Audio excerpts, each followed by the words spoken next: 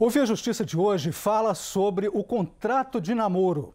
Nossas convidadas, a advogada Sofia Miranda Rabelo, segunda vice-presidente do Instituto dos Advogados de Minas Gerais, e a advogada Juliana Pedrosa, vice-presidente da Comissão de Direito de Família da OAB de Minas Gerais. Numa parceria da TV Assembleia com a Magis, Associação dos Magistrados Mineiros, o Via Justiça está começando.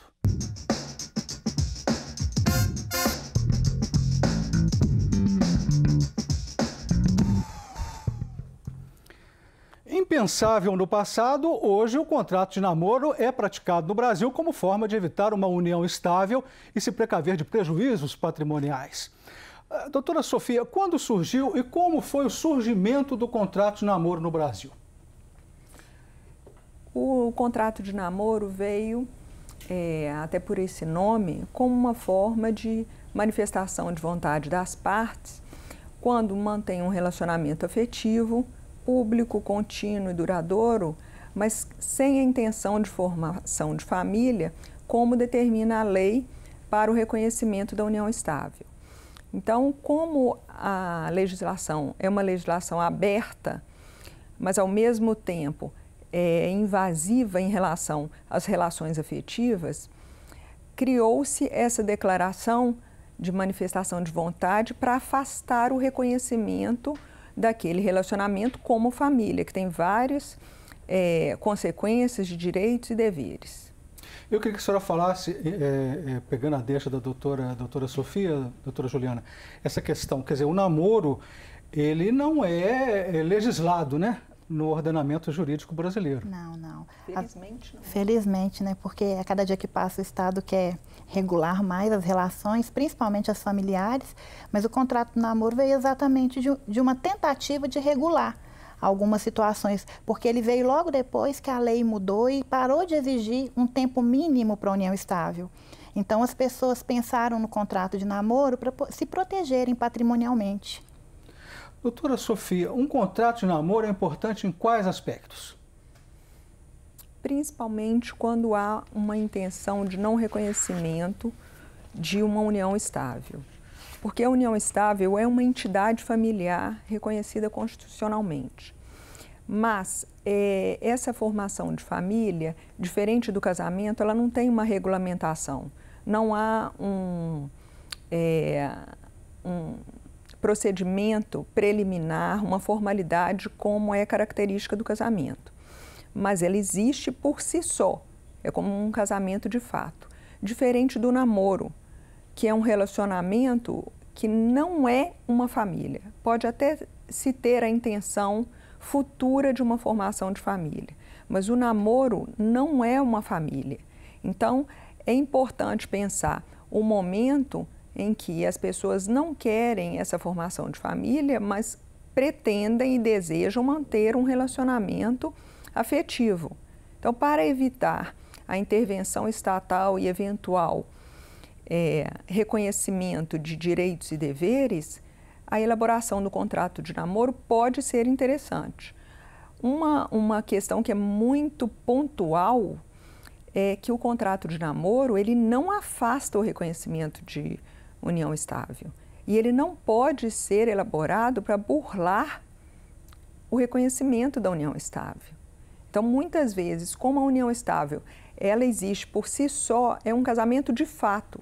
As pessoas se tratam como casados, se reconhecem como casados, se apresentam como marido e mulher, são reconhecidos socialmente.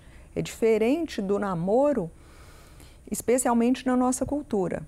Por isso, pode ser interessante, mas no caso concreto, analisadas as possibilidades para que não haja equívoco em relação ao relacionamento entre o casal. Vamos ver agora a opinião da população em Belo Horizonte sobre o contrato de namoro. Nós perguntamos, você faria um contrato de namoro para garantir direitos e prevenir obrigações? Isso vai muito de acordo de cada um, né, de como que é a relação de cada indivíduo, né? Mas se cada um acha que há uma necessidade de registrar isso em cartório para que venha fidelizar, né, se for de acordo entre os dois, acho válido, sim. o namoro em si, se for aquela coisa bem na casa um do outro, mais separado, eu acho que não entra no caso. Mas se as pessoas construíram algo juntos, elas moram juntas, elas têm bens que foram conquistados em conjunto, eu acredito que seja de direito dos dois. O namoro é uma coisa assim, é um compromisso de ambas as partes. Se namorou e não deu certo, cada um segue o seu caminho. É um namoro, não um casamento. A gente comprou um apartamento junto, beleza, vamos dividir. A gente investiu em alguma coisa junto, beleza, vamos dividir. Mas, pô, tá namorando. Aí, mas eu já tô junto na sua casa já tem 5 anos, tô com você tem 5 anos, beleza. Mas, infelizmente, assim, na prática, né, não injetou dinheiro nenhum e não foram pro papel lá. O papel não existe à toa, entendeu? Eu acho que se quer dividir alguma coisa, vai pro papel, divide lá no papel. As pessoas levam um tempo para conhecer outras pessoas. E o namoro, ele tem exatamente essa função, né? Para a gente ter um tempo para conhecer as pessoas em profundidade e para, se for o caso, assumir um compromisso mais sério, que é um casamento, morar junto. Mas se acontecer isso, o namoro vai perder a sua função. A senhora concorda com essa última cidadã que falou? O namoro vai perder a função? Eu concordo, porque se a gente ficar confundindo namoro com união estável, com casamento, acaba que ele perde a função. Porque, como ela disse, o namoro serve para as partes se conhecerem, aumentar o nível de afeto, para poder entender se realmente eles querem constituir uma família.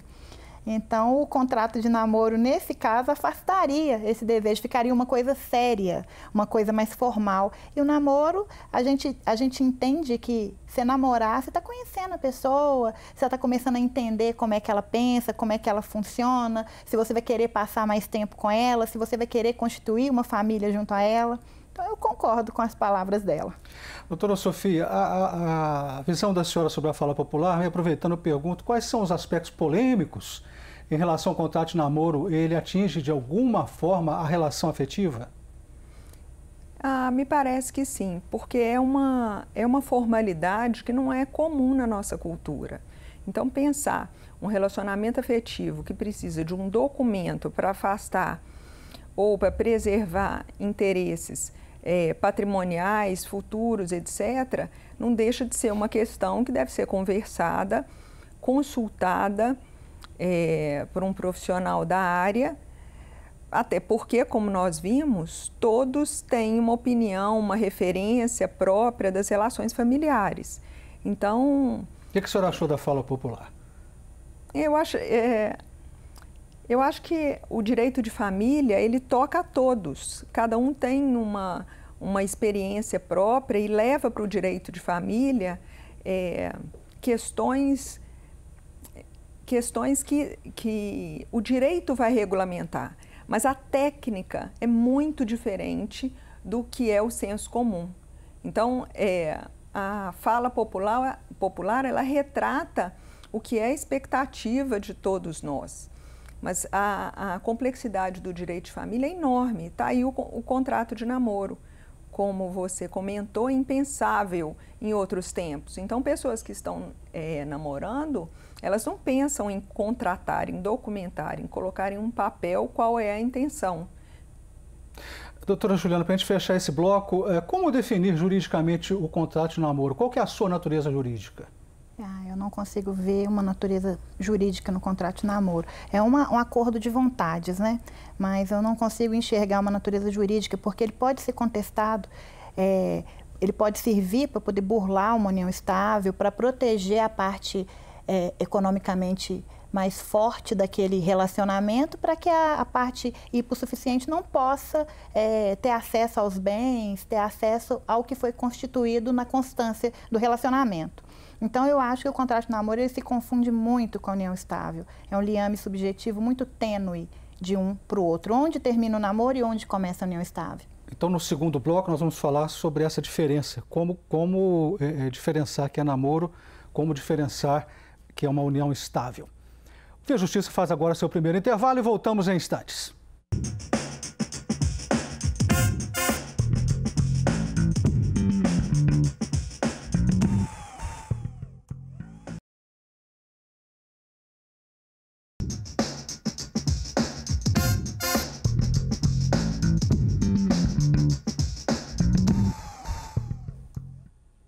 Ouvir a Justiça falando sobre o contrato de namoro.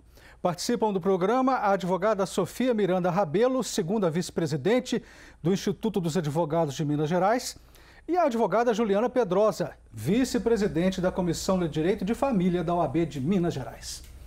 Doutora Sofia, quais são as semelhanças, quais são as diferenças entre o namoro e a união estável? O que tem na união estável que tanto medo causa em quem faz contrato de namoro? A diferença da união estável para o namoro é que a união estável é uma forma de família. O namoro não é uma família. O namoro é um relacionamento afetivo, público, contínuo, duradouro, da forma com que as pessoas se entendem. E o contrato de namoro, ele surgiu para referendar a vontade das pessoas, a autonomia de não querer reconhecer como família. Isso é muito difícil pela própria formação da união estável, que é uma união pública, contínua e duradoura que se tem uma família de fato. É diferente do namoro. As pessoas não vão deixar de se relacionar com inúmeras formas de relacionamento, mas a diferença que deve ser considerada é a formação de família.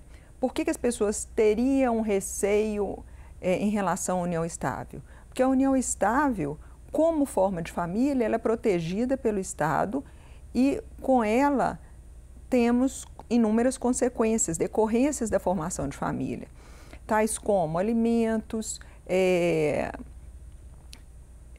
deveres entre os companheiros, direitos sucessórios e tantos outros similares ao casamento. Então, essa é a principal diferença entre o namoro e a união estável. Mas, doutora Juliana, quando a gente podemos dizer assim, quando termina o namoro, quando começa a união estável? A senhora falou que é tênue, né, esse momento. Esse momento é muito tênue e é muito difícil da gente identificar. Até o próprio namoro, quando ele começou, quando ele se tornou um namoro mais sério, quando isso se transformou numa vontade de constituir uma família, ou se casou, ou se constituiu uma união estável, como eu disse, é tênue. É muito difícil da gente saber, porque às vezes, principalmente do lado da mulher, a mulher ela leva as relações afetivas mais a sério. Então, ela pensa que a partir de algum tempo daquele namoro, aquilo lá já se tornou uma união estável, passa a gerar direitos e deveres. Mas o homem ele não preocupa tanto com a relação afetiva.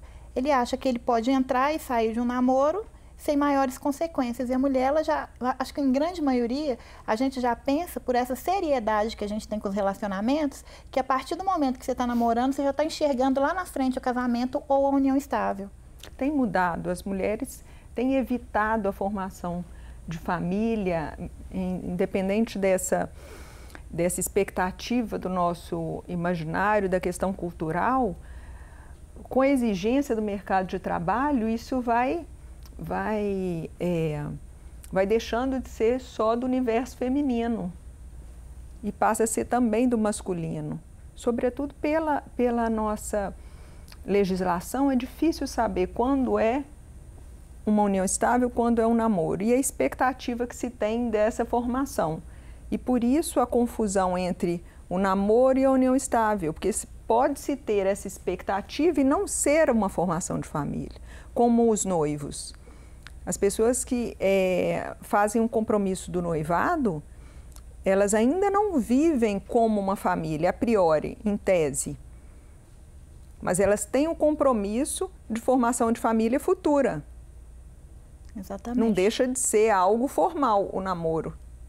Desculpem, o noivado acaba sendo... que foi precedido por um namoro, supostamente. Agora, não há regra nas relações afetivas e nas relações humanas como um todo. Exatamente, não tem como a gente regular, falar dessa forma e ser assim. A sociedade está em constante mutação. E o direito de família é uma das áreas do direito que mais muda, que mais evolui, que mais troca expectativas. Então... Agora, isso pode acontecer, por exemplo, a pessoa está no namoro, mas na realidade já entrou na esfera da união estável. Isso pode acontecer? Com certeza. Sem o casal perceber? Com certeza. Porque a união estável, ela não se dá formalmente. Ela surge a partir da vivência das pessoas como família. Então, é o casal que vive como casado. Eles ali estão vivendo, tendo características de uma economia conjunta, de uma moradia conjunta ou não, de filhos em comum ou não, de exemplo, dependência em um clube que possibilite que o titular da cota receba o seu companheiro, aí não é namoro. É um companheiro, inclusive nos planos de saúde. A pessoa coloca a outra como sua dependente no plano de saúde, então isso aí já começa a ser mais para o lado da união estável do que o namoro. Porque você já está preocupado com a pessoa, você já está preocupado em cuidar. Então isso aí já é a formação de uma entidade familiar. Os tribunais têm aceito o contrato de namoro, doutora Juliana? Não. Os tribunais eles estão bem divididos nesse sentido. Eles ainda não entendem o contrato de namoro como um ato jurídico. Eles entendem que o namoro é livre, então que ele não tem que ser regulado por um contrato. Diferentemente do contrato de convivência, diferentemente do contrato de união estável. Então, os tribunais eles não vêm enxergando esse contrato, porque muitas vezes as pessoas vão fazer um contrato de namoro para se proteger patrimonialmente. Só que aquilo acaba configurando uma união estável, porque é uma convivência pública, contínua, duradoura, com a intenção de constituir família. Então, os tribunais costumam enxergar mais que o contrato de namoro não existe, que existe uma união estável. Mas, doutora Sofia, tem ou não validade o contrato de namoro para a gente fechar esse bloco?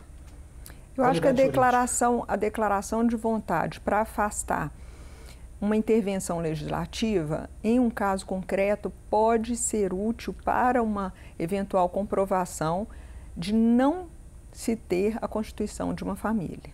Isso pode ser importante, daí a validade. O Via Justiça faz agora mais um intervalo e voltamos em seguida com o bloco final do programa.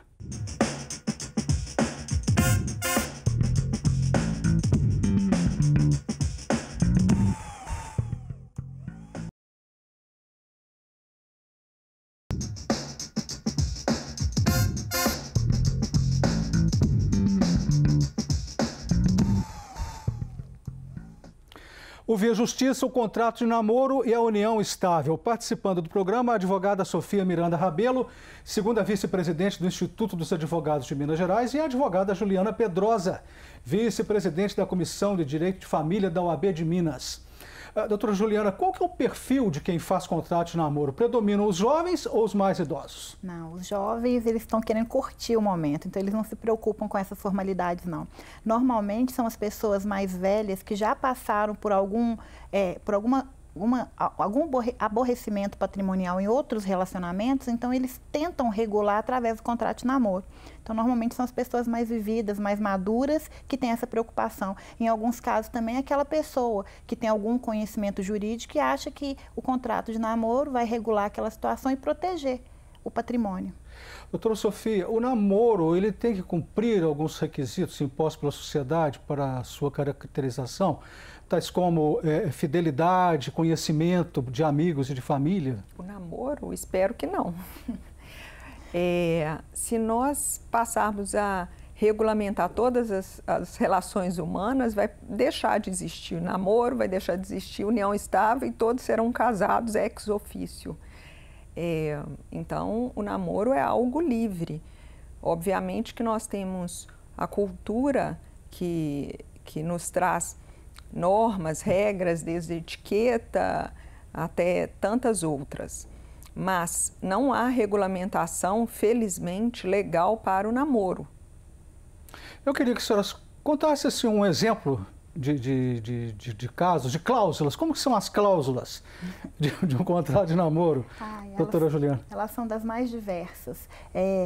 Se você dormir na minha casa, você não vai... Se dormir na minha casa, não vai deixar a toalha molhada em cima da cama. Se for mexer na geladeira, o que você retirar, você volta a colocar. Você não vai desorganizar a casa, você vai deixar a caminha do cachorro no mesmo lugar. Eu tive um cliente no escritório que ele queria que regulasse até como que a roupa seria lavada nos dias em que aquela pessoa dormisse na casa dela. São as cláusulas mais assim, para quem está vendo, absurdas, mas para quem está construindo aquele contrato, elas são essenciais para evitar de atrapalhar a personalidade de cada um.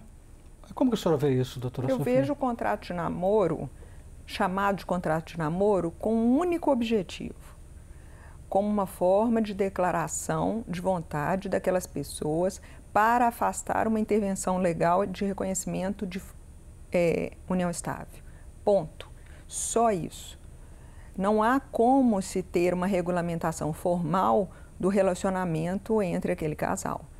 Mesmo o casamento que tem a legislação absolutamente detalhada, os deveres conjugais, as questões patrimoniais, os regimes de bens, etc., não há como regulamentar as relações entre o casal. E me parece importante lembrar que, como a união estável, ela não depende de tempo e não pode depender, porque a avaliação do caso concreto, o contrato de namoro só pode ser utilizado se for para proteger e preservar a autonomia daquelas pessoas, de ambas, não de uma só. Por isso, uma declaração de vontade de duas pessoas que estão se relacionando. Foi a modificação na lei, teve uma lei de 96 que modificou a lei de 94, né, que configurou o que era a união estável, tinha critérios objetivos, 5 anos ou prole comum, né? A lei de 94, ela dizia que tinha que ter uma convivência mínima de 5 anos para ser considerada união estável. Quando veio a lei de 96, ela tirou essa cláusula, que não precisava ter um tempo mínimo para se configurar a união estável. E a partir daí que surgiu a ideia do contrato de namoro. Se não tem um tempo mínimo para me caracterizar a união estável, eu tenho que falar aqui que isso aqui não é uma união estável, isso aqui é um namoro, que a gente não tem, nesse momento, intenção de constituir família. Pode vir a acontecer no futuro, mas nesse momento a gente quer namorar e mais nada. Estava certa a lei de 96? Está certa em ter tirado esses critérios objetivos de tempo? Sim, porque imaginemos um contrato, um namoro que aí exigiria um contrato de convivência de 4 anos e meio e a partir daí dormem como namorados e acordam como companheiros. E eu acho que são características mais abertas, difíceis de serem pontuadas e, como o público disse em uma das entrevistas, se quer ficar junto, procura o papel. É um outro momento. Isso é uma tendência atual de se ter a documentação, a formalização para que haja o respeito à autonomia da vontade das partes. É interessante que um dos entrevistados disse lá do Fala, né, no primeiro bloco. Sim, do que seria importante para um contrato de namoro, já que se vive junto, se há uma contribuição financeira, aí há uma necessidade de divisão patrimonial, etc. Ou seja, as pessoas elas têm essa expectativa, sabem o que pretendem em um determinado relacionamento, mas quando estão vivendo o relacionamento, não necessariamente isso é regulamentado. E foi uma fala interessante dizer, não, se injeta dinheiro, aí haverá sim a divisão ou não. Se for injetado só por um, será só de um. Isso só ocorrerá se houver um contrato entre as partes. A gente está chegando ao final do programa. 20 segundos para a senhora, para as considerações finais, doutora Juliana.